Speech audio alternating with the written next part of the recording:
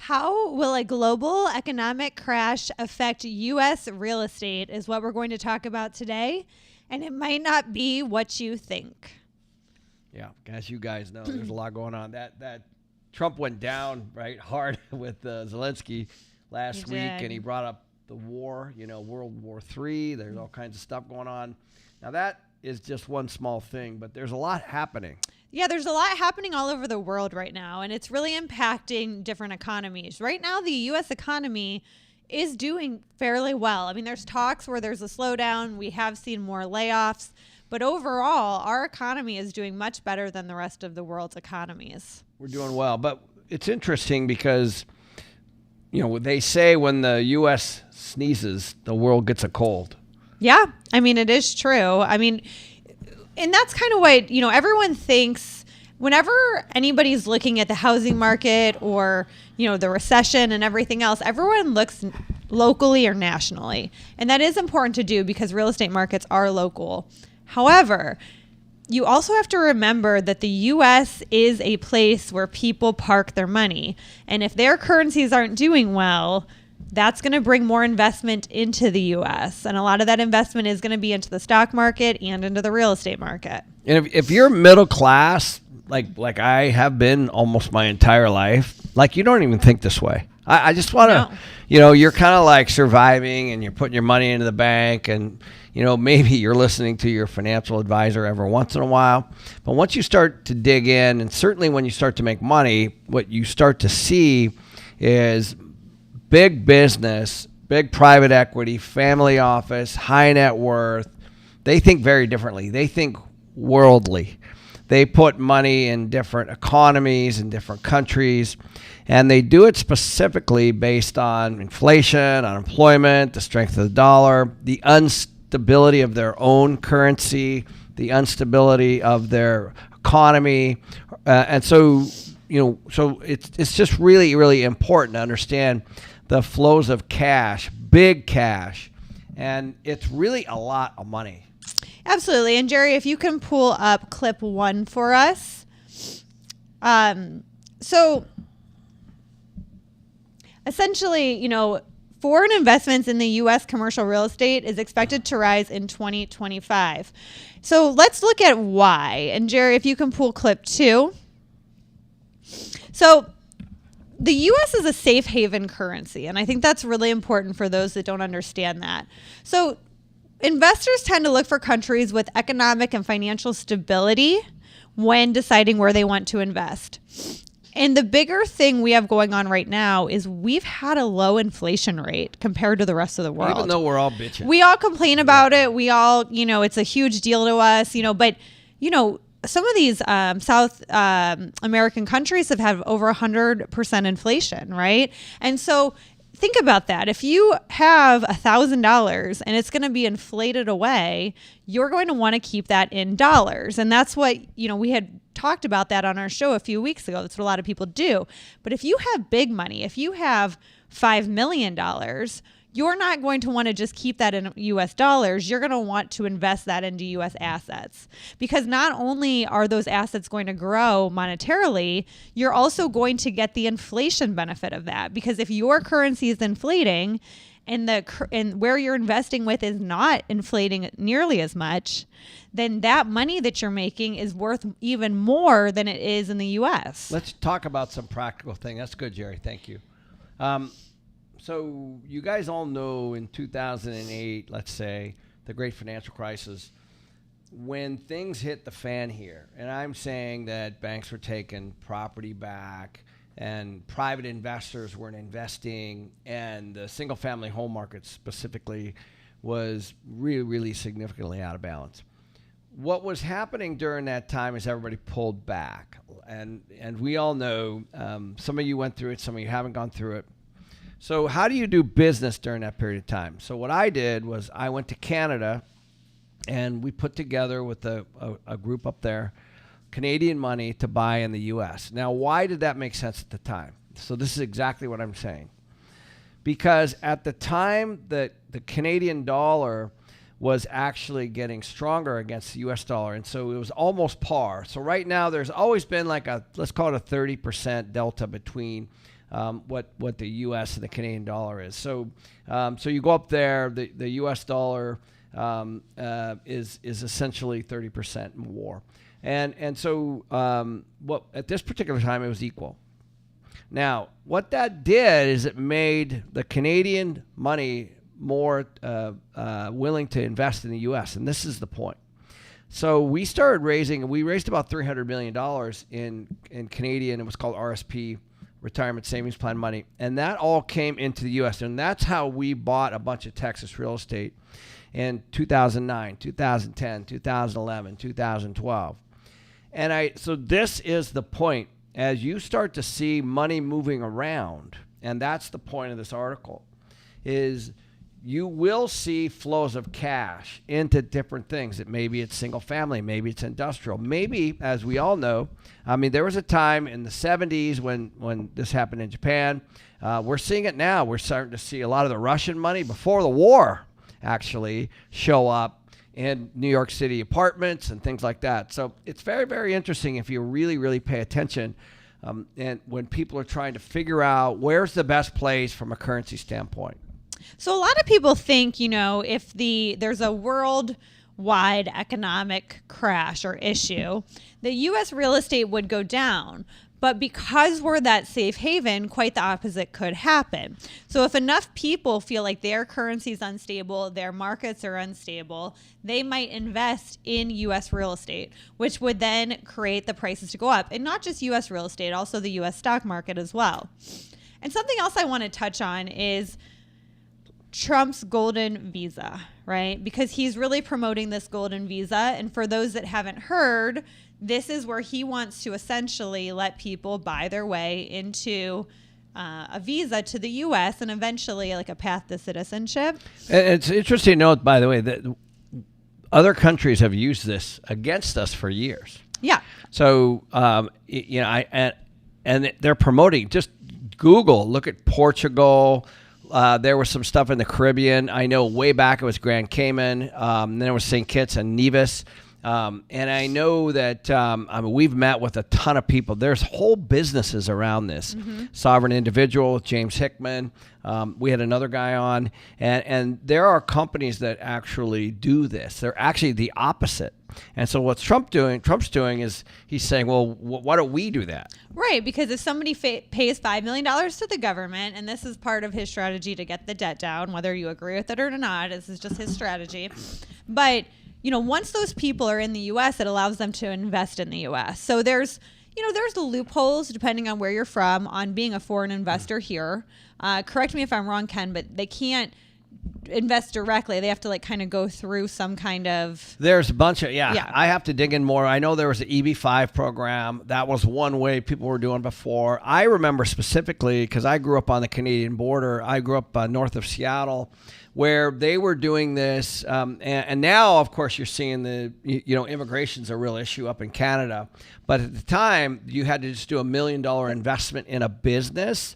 And so that was another way. So countries have done this for years to attract foreign capital. Right. But as far as investing in U.S. assets, right? If somebody from another country wants to invest here, isn't there hoops depending on the country they have to jump through? So you guys know I've been investing a long time. And so what happened actually specifically after 9/11 was there was a lot of money laundering and terrorism stuff going on. And so the regulations of being able to actually flow money in and out of the U.S. really, really, really changed. It's been changing for a long time, but it really changed after that. And so, yes, you actually have to have a U.S. entity. You actually have to pay U.S. tax. And that's the other side of it that we should probably discuss. So on my story with Canada, these investors all invested, and they did very well because the U.S. dollar got stronger after that, which made their investment better because it was in Canadian dollars converted to U.S. So then we pay them back out in U.S. dollars at a better number, and so they got that currency arbitrage, which was awesome. However, they also had to be taxed at the U.S. entity level. Let's don't forget that. So, and then, of course, whatever was going on with their own tax in their own country, they had to be taxed there too. So you do have to take a look at the tax piece. But from a pure stability standpoint, just think about this. if you're sitting in a country and your currency's falling and there's high unemployment and there's economic uncertainty, all of those things, and you're frustrated, and you can move money to somewhere else just to hedge, then you would. And we know, George Gammon did an incredible video where he drove through Argentina. And if you guys don't know what's going on in Argentina, you should look. And he brought Bitcoin, he brought gold and silver, and he brought U.S. dollars. And nobody wanted anything other than the U.S. dollars. They wanted U.S. $100 bills because, and this is at the street, I remember him saying that he could only get $40 out a day out of their bank accounts. Because otherwise it would have been run on banks. And so you guys, like in the U.S., we don't think of these things. But I'm telling you, as you start to go out globally, this and everybody looks at the U.S. very differently than we look at it ourselves. And if you have means, you are trying to imagine if you had a home in Argentina and then you bought a home here, like imagine the difference. Well, explain that. That's it's just moving money somewhere else and having an asset, do one thing in a different country versus another. That's all. Right. So, I know it gets kind of complicated, but with our situation, we just had, these were retirement plans. People moved retirement plan money into Texas real estate, period. That's what they did. And they did very well because the people from Canada. Yeah, because we bought U.S. real estate with U.S. debt. We had to put it in a U.S. entity first. The U.S. entity bought it, and then the proceeds go back into that U.S. entity, and then we wire the money across, and they pay tax on that. And then who knows what happened once it moved across the border. But the point, though, too, is that so with these golden visas or whatever they're calling, they're $5 million. So the people buying them have money, and then they can just invest like a regular LP. They don't have, from what I understand and from what I was reading, is they don't have to jump through all the hoops of putting it into a U.S. entity. They're allowed to invest direct. So that's great for the U.S. because it brings in, it's great for people with assets because it brings in a bunch of money to help buy assets. That's going to cause assets in the market to inflate. It's not great necessarily for people that don't have those things because you could see more inflation around assets in the stock market. Right. And you gotta, it's going to work as long as the dollar is strong. We're not in a war. And unemployment isn't out of control, and we're not in any kind of recession. Think about it. That's exactly what you would look at if you were investing in somewhere else. So those are the things that people look at. Right. And I do know that Trump, part of his stance is to try to weaken the dollar because he wants to weaken the dollar in order to bring, the U.S. to be able to export, right? Like right now, but to Brett Johnson's point, it's going to be hard to weaken the dollar against all these currencies that their currencies are weakening. We're still going to be the strongest currency, at least at this point. And let's explain that. So first of all, the dollar's at a 13-year high. That's a really important thing to say. Okay, so when we buy stuff from Mexico, we pay them in dollars. Okay. So a strong dollar is important to Mexico. The minute we start printing, this is per Brent Johnson, this is what he calls the milkshake, one of the pieces of the milkshake theory. If we are printing like crazy, which we have, then other central banks have to print too because it will weaken their dollar. So everyone is printing, right? Which is creating all this inflation per him. That's just one theory. Other people have different theories. But it makes sense to me because if we're printing and devaluing our dollar, which, by the way, is not happening right now. So people, on one hand, they're bitching because we're printing to pay for stuff. On the other hand, we're at a 13-year high on the dollar itself. The strength of the dollar right now is at a 13-year high. So if you have an economy where your inflation is high and things are not stable, for example, where are you going to move your money? Right? Right. And that's the issue. And so I believe, and we were on this a while ago, so it's cool that we found this article. I've seen this before, like you guys, and this could be a game changer for all kinds of stuff if we start to see a lot of foreign investment in the United States.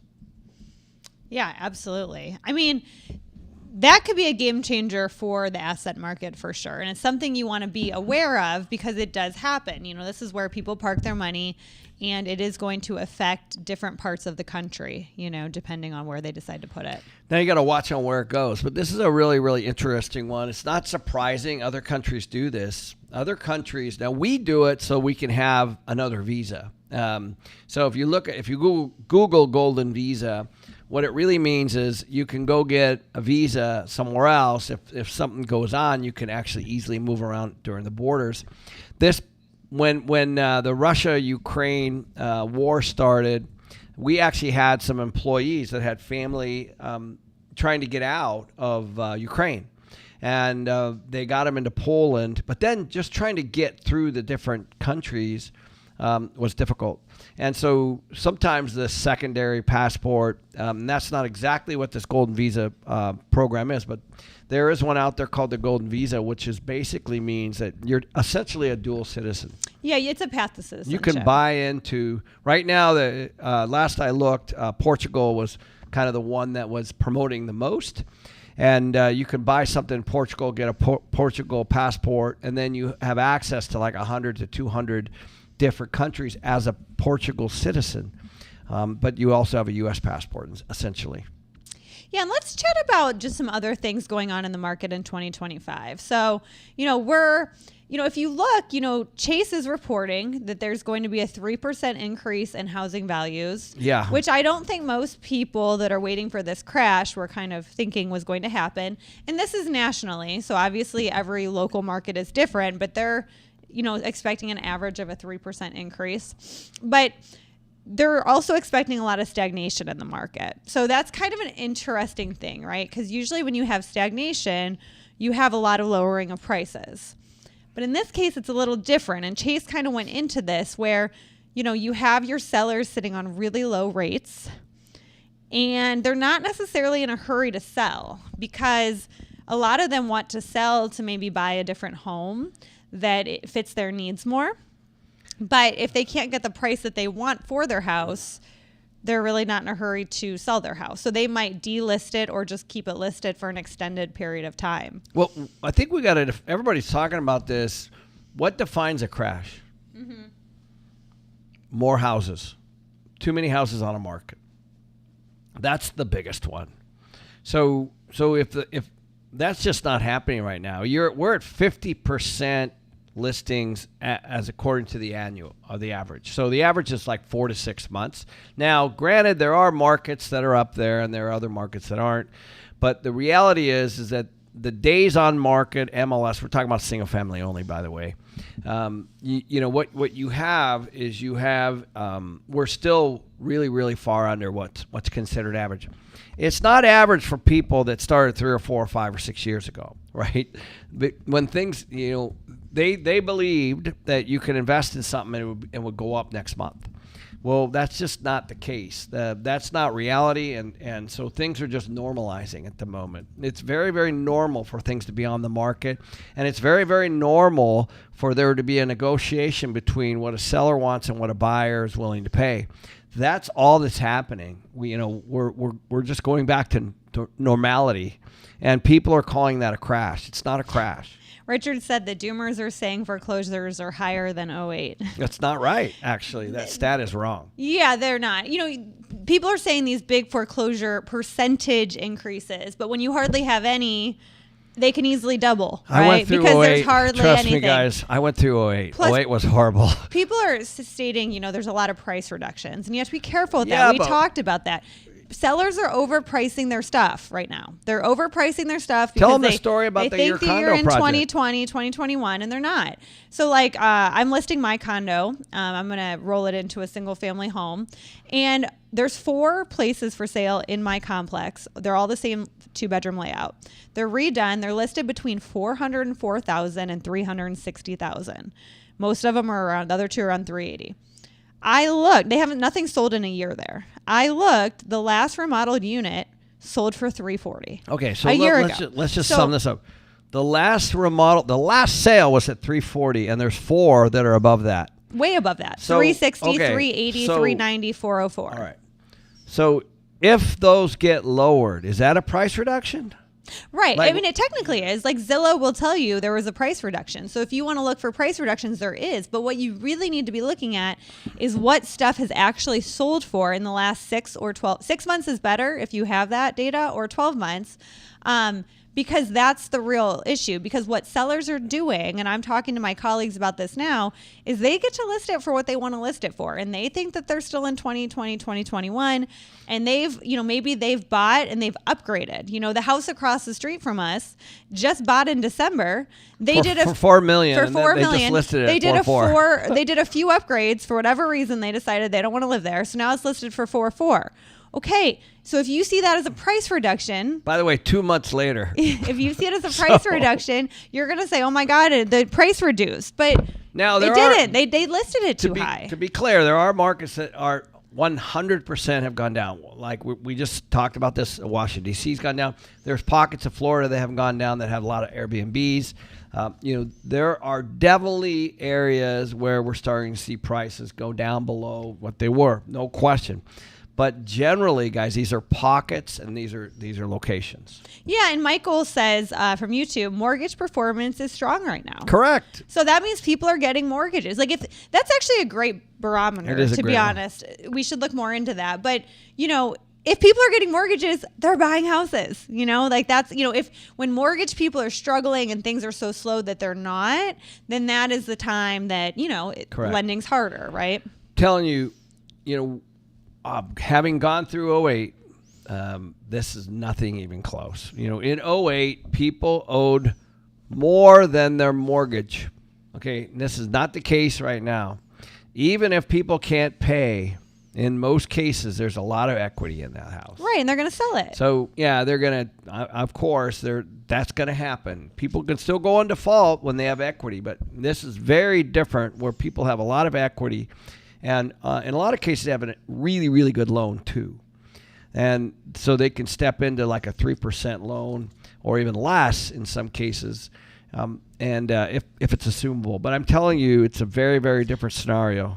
Deech from YouTube brought up a good point. He said, could you have appraisal issues if you are listed too high and then somebody actually buys it for that? And yeah, you can. If you don't have a cash buyer, absolutely. Yeah, I know that's a very interesting, it's extremely subjective on how to price stuff, right? Mm-hmm. The right way to do it, in Danille's case, here's the other thing, here's the other way to look at it.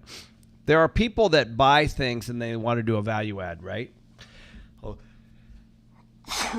Ooh, excuse me. There are people that buy things that want to do a value add. So they buy it, they do a value add, and they have to sell it for, like, they bought something at $330, $340, and they have to sell it for $380 or more just to cover the renovations and the commissions. Well, so that is exactly what happened with the house across the street from us. It was $4 million, and it needed a lot of work. It probably needed $500,000 to $1 million of work because it was a dated home. But the reality is, these people bought it 2 months ago, and then they listed it. There's no way they did that much work in 2 months. So is that a price reduction, guys? I mean, you tell me. I don't think it is. I don't think when you price something, there's nothing wrong with trying to price something aggressively at all. But when it doesn't work and they lower it, does that mean prices are going down?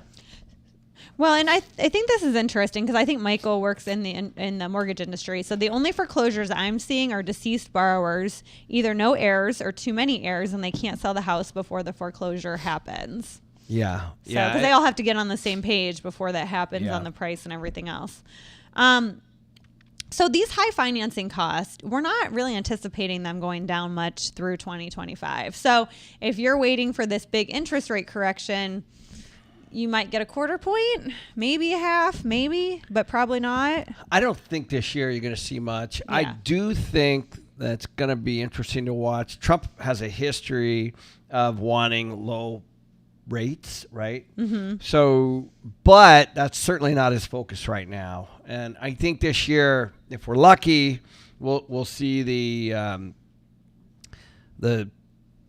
bonus appreciation come back. We'll see the extension of the opportunity zone come back. Those are going to be great. Obviously, this golden visa thing is great. As a real estate investor, if you're using your own money, you could be seeing new money coming in and competing, just like we've seen before with the institutions. I know everybody's still bitching about that. Not really. A lot of people are talking about it right now, but they were when they were competing against them, and things are just a little bit different. But I actually think the next year and a half is the greatest time to buy for a while, because what's gonna keep things normal is all the new construction that just started a year and a half to 2 years ago.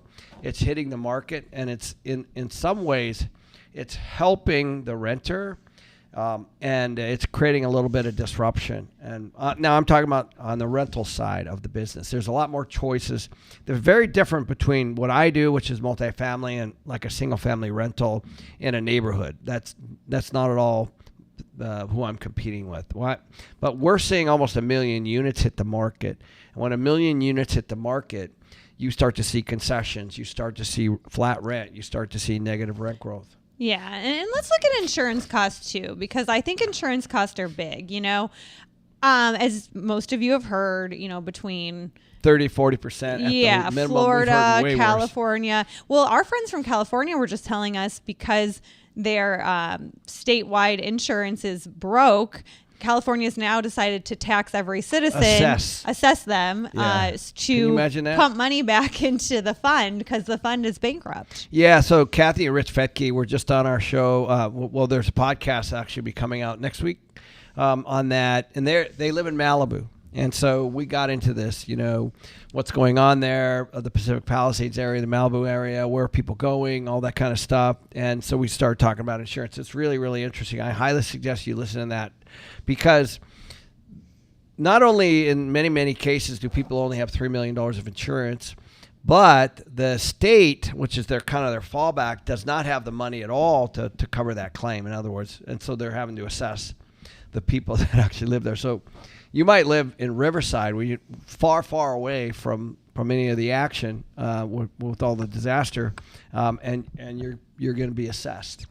And essentially, that's how they're going to do it. They're going to go back to the citizens and make them pay. And so insurance is another thing too. It's interesting because that's what it's doing, is it's creating these migration patterns. This is a real general way to say it, but it's driving people away from the coasts. Yeah, absolutely. Washington, where I'm from, Oregon, California. And so not only are people going there, but money, like lenders if you're a lender, do you really want to lend in Portland, Seattle, LA, San Francisco? Like, you imagine the extra risk you have, an investor or a lender.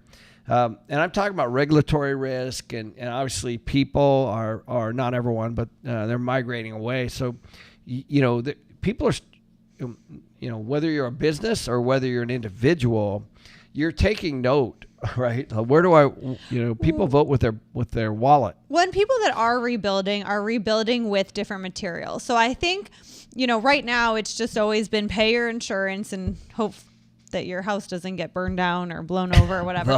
But the people that are, what they're doing, if they're not selling and they can afford it, is they're rebuilding, hurricane-proof houses. They're rebuilding fire-proof houses. There's a lot of that going on. So I think you're going to see a switch in building materials, because insurance companies are basically discounting those houses that are built with resistant material, which makes sense, right?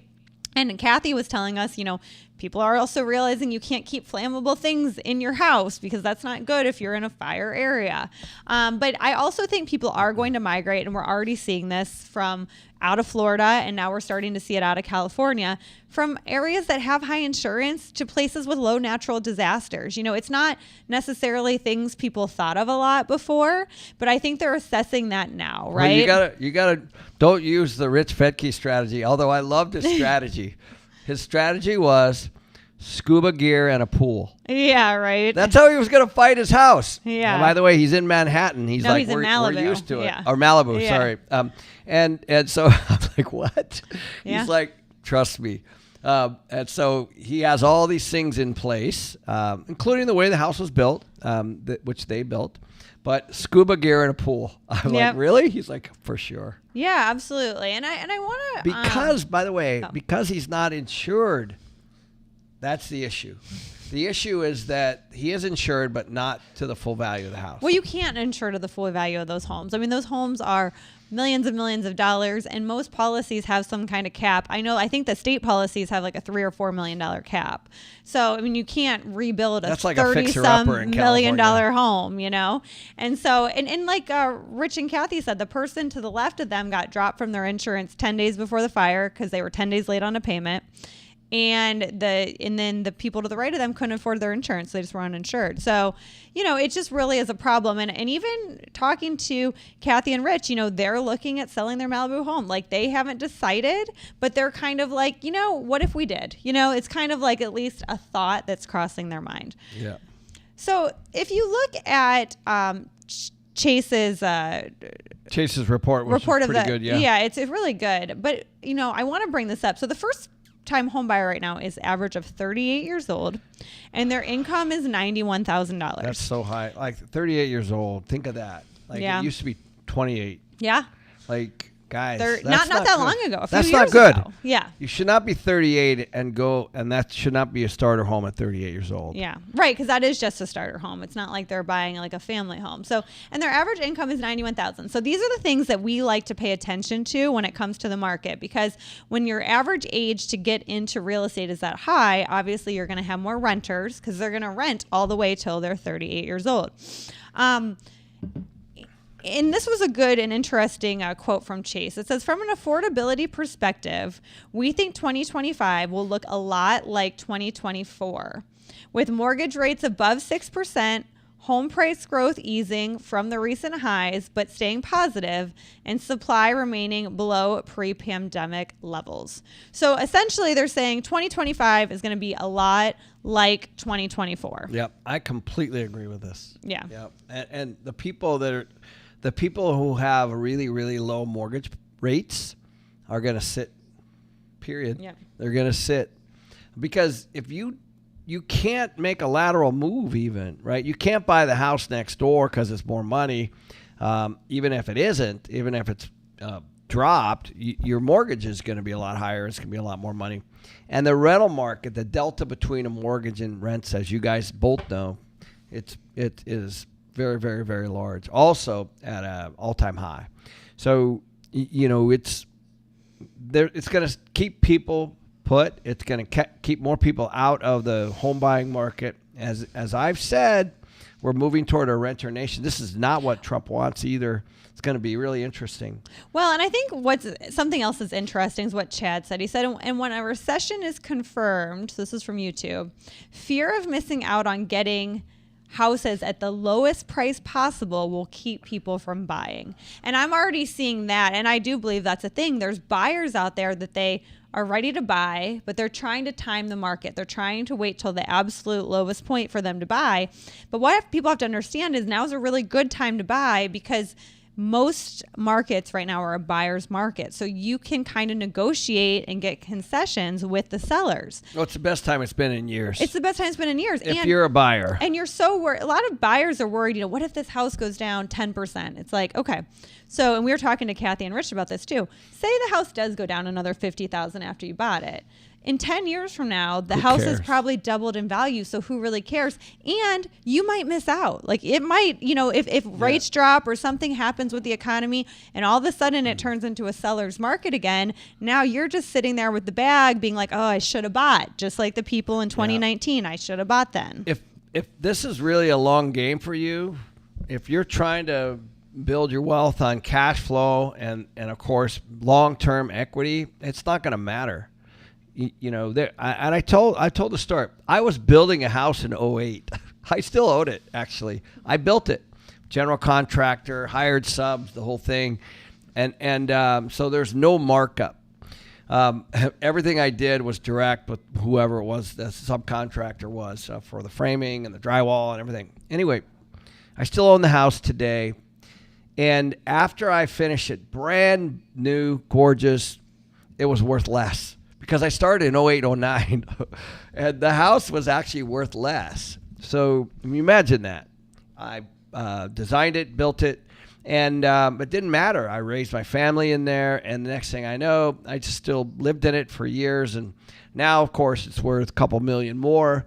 But the point is, I was in the game, right? And I wasn't trying to buy that house. I wasn't looking at the equity like every few months. I was raising my family in it, and I had a 2.8% mortgage, by the way. It was a construction to perm deal. It was a great loan. And so it didn't matter because my payment was like, I want to say my payment was like $3,500 or something crazy, $3,000 or $4,000 a month. And, so it was. But it really just, it just depends, you're going to be paying it off throughout the years. If you think like '08 was the biggest crash that we've seen in most of our lifetimes, right? And then 10 years later, house prices are back to where they were. And then now they're a lot higher than where they were, right? And that's the worst crash ever. That's like maybe a once-in-a-lifetime crash. But I went through this. I will tell you, it was a long time because I did look from time to time. It wasn't that I wasn't. But it was a long time before I just cut back into the money. But again, it didn't matter. I was raising my family in there. My mortgage was cheap. And at some point, it started to zoom, after a while. And so that's kind of the point is if you're buying a house and it's being paid off by someone else, who cares as an investment, let's say? Who cares? If you're buying it and it's being paid off by you and it's where you want to be, then who cares? Right. Right. It's, and you just aren't, you go crazy trying to hit the bottom, time the bottom. And you can always refinance on the way down. And you just hedge on the way up. Make sure that you have an interest rate that's locked so that you're not paying more later. But then if rates go down like mine did, you can take another bite at the apple, just refinance. And we did that on all of our multifamily stuff, and so that's the strategy always. And let inflation do its thing. If you guys all believe that inflation is going to be zero, then I would have a different philosophy. Right. But I don't believe inflation is going to be a zero. Even the Fed, their target is 2. So in 10 years, that's 20% per the Fed.